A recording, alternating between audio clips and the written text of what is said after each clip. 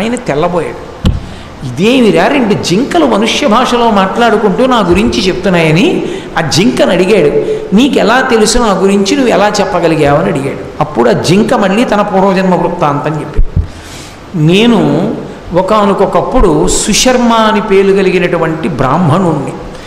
వేదం చాలా బాగా చదువుకున్నాను, కానీ బ్రాహ్మణ జన్మ అయిన కారణం చేత పిరికితనం ఉండేది. ఒకనాడు దర్భలు పట్టుకుని ఇంటికి వెళ్ళడంలో దారి తప్పాను. చీకటి పడిపోయింది, క్రూర మృగాలు రావు కదా అని భయపడుతూ దర్భలు పట్టుకుని వెడుతున్నాను. ఇంతలో ఎక్కడి నుంచో ఒక పెద్ద పులి ఒక జింకని తరివి నోట కరిచి పట్టుకుని పరిగెత్తింది. ఆ కంఠాన్ని పట్టుకుని పరిగెడుతున్నటువంటి పెద్ద పులిని చూశాను. అదే నా మనసులో ఉండిపోయింది. బ్రాహ్మణుడనైన కారణం చేత పిరికితనంతో పులినోట్లో ఉన్న జింకని స్మరిస్తూ ఒక రాళ్లగుట్ట మీద పడి తలకి దెబ్బ తగిలి నెత్తురు కక్కి మరణించాను. శ్రీ లక్ష్మీ నరసింహస్వామి జ్యోతిష్యాలయం. మీరు కోరుకున్న పనులు మూడో వ్యక్తికి తెలియకుండా జ్యోతిష్యం చెప్పబడను. భార్యాభర్తల సమస్యలు, ప్రేమ సమస్యలు, కుటుంబ సమస్యలు, ఆర్థిక సమస్యలు, ఇంకా ఎటువంటి సమస్యలు ఉన్నా గురువుగారిని సంప్రదించండి.